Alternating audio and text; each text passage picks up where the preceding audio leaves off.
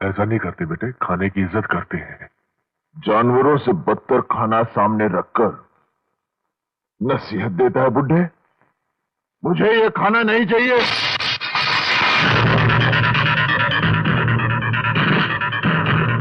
इसे माफ कर दीजिए जेलर साहब, अभी नया है, यहाँ के कायदे कानून नहीं जानता।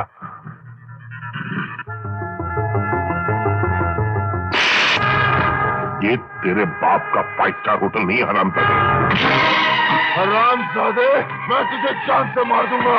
याद रखना जेलर, जिस हाथ से तूने मुझे मारा है वही हाथ तेरे जिस्म से अलग कर दूंगा। ले जाओ इसे और सारी अकड़ निकाल दो इसकी, और तब तक इसे खाना मत दो जब तक ये गिड़गिड़ा के माफी न मांगे।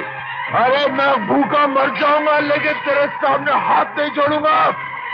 जा घर जा, अपनी मौत का इंतजार कर। कोई इसे खाना नहीं देगा, बहुत हैवान ठीक किए हमने।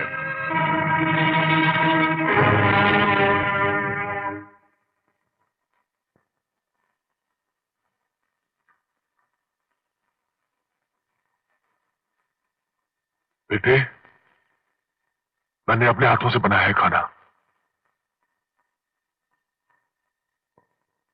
मैं जानता हूं कि जेल में खाना अच्छा नहीं मिलता, लेकिन अरे मुझे खाना नहीं चाहिए। जेलर ने सुन लिया तो मेरे लिए बड़ी मुश्किल हो जाएगी।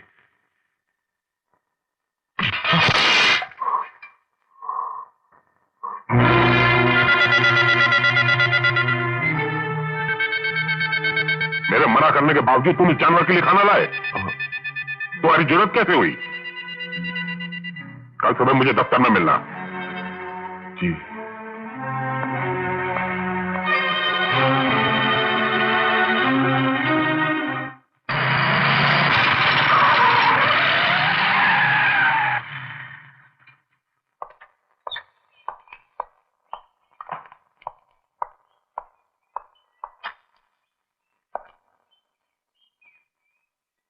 क्या हाल है असलम खान? बिल्कुल ठीक सर। रास्ते में कोई तकलीफ तो नहीं हुई? बिल्कुल नहीं सर। गुड। आप तो कल ही जाने वाले थे सर। हाँ, जाने वाला था। चार्ज भी तुम्हारे असिस्टेंट को सौंप दिया। अच्छा, लेकिन तुम्हारा स्वागत करने के लिए रुका हुआ हूं। गौतम। Yes sir. ये अपने नए जेलर हैं, इन्हें इनका क्वार्टर दिखा दो। जी। आप आराम कीजिए। सलमा जी, तुम इनके साथ क्वार्टर चली जाना। जी अच्छा।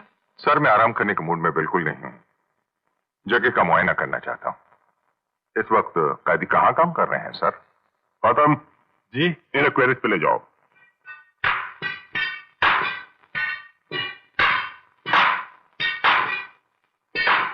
ओ यार, मैं तो कल स्वाबी दी सजा माफ हो गई। एक कल तो जान वाला सी, क्यों है? अब नहीं होगा। इस साले को रोटी देने गया था जेलर के हुक्म के बगैर। जेलर ने सजा बढ़ा दी, वार्डन से हटाकर पत्थर तुड़वाने भेज दिया।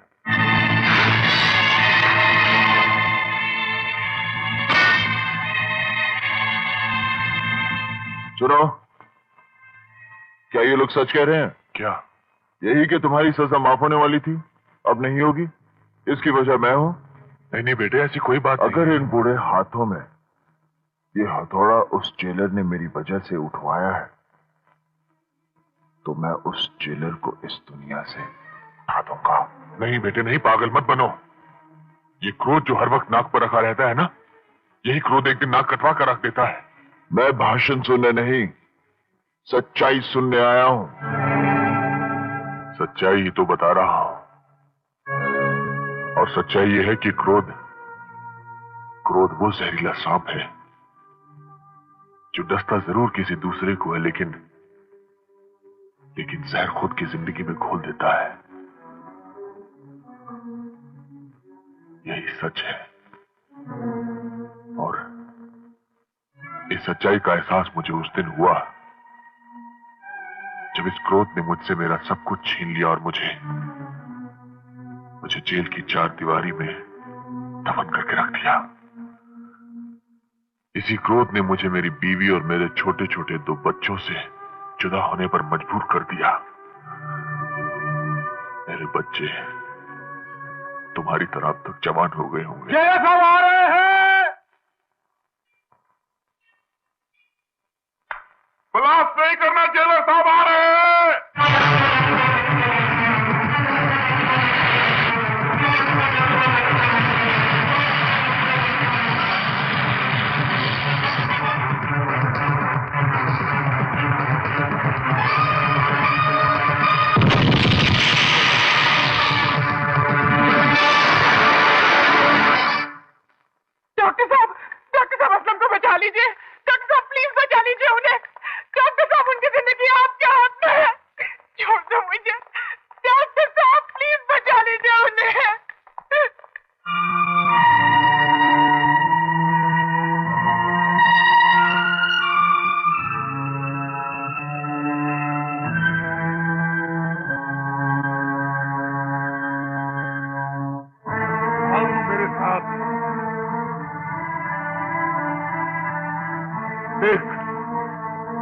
देख बेरहम देख, यही है वो गाय जो तुझ जैसे कसाई के क्रोध का शिकार हुई है।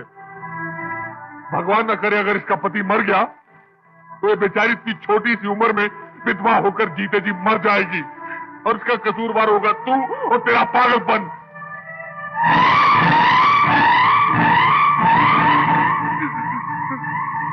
अरे कहां जाकर इस गुनाह को बख्शवाएगा? इस गुनाह के बोझ से तू उठ नहीं सकेगा।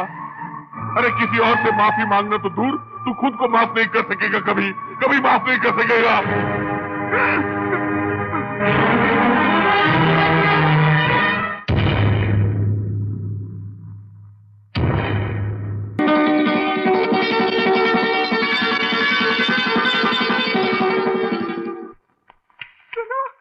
असलम ठीक हो गया, अब उसको कोई खतरा नहीं है। बाबा अब असलम ठीक हो गया बाबा। अच्छा बेटी, अब उसको कोई खतरा नहीं है। बेटी सुनो, मेरी बात सुनो बेटी। असलम ठीक हो गया बाबा। सुनो बेटी, इन कैदियों के साथ साथ एक कैदी और भी है जिसकी दुआएं तुम्हारे पति को मौत के मुंह से वापस ले आई। आओ मैं तुम्हें उससे मिलवाता हूँ, आओ। बेटी यही है वो जिसकी दुआई दुआ बनकर भगवान के घर भी पहुंची है। जाओ।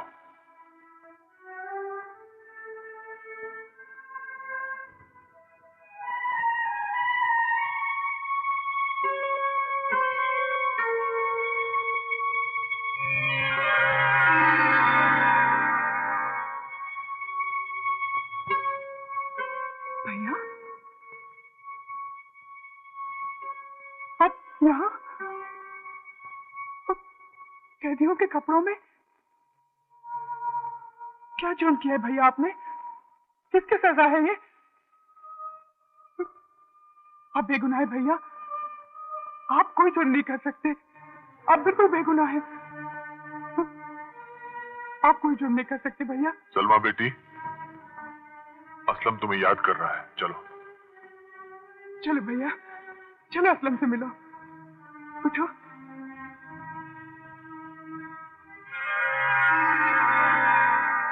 हाँ हाँ, मैं पागल हो गया हूँ। अपने भाई को ना मिलने की कसम खा के आया हूँ मैं। मगर मैं तुम्हें कोई भी ऐसा कदम नहीं उठाने दूंगी जो तुम्हें मौत के मुंह तक ले जाए। सर पे कफन बांधकर मौत का इंतजार किया जाता है सोनू, और मैंने अपने सर पे कफन बांध लिया है। अपने भाई को दिए गए वचन के मुताबिक मैं धर्मदास की तलाश तो करूंगा ही, लेकिन उसके साथ उन कुत्तों को चुन चुन के मारूंगा जिनकी वजह से मेरा भाई जेल में है।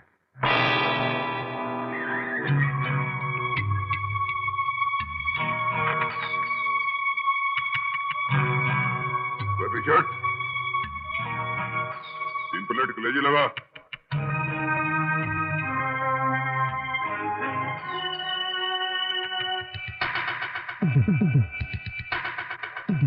मैं जल्दी कर।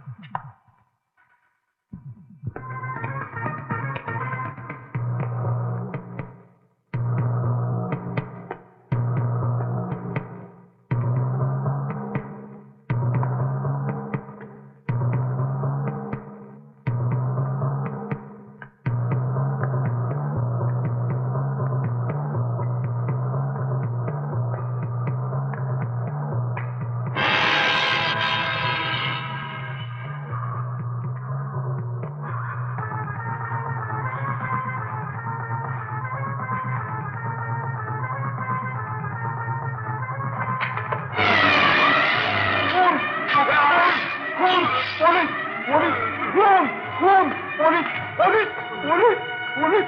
क्या बकते हो? उसने पूरे मार्केट में हमारे आदमियों का खून कर दिया और तुम बेशर्मों की तरह ये खबर सुनाने यहाँ चले आए हो। हमने उसे बहुत तलाश किया, मगर हर बार वो अपना मुकाम। मुझे बहस नहीं, विजय की बोटियां चाहिए।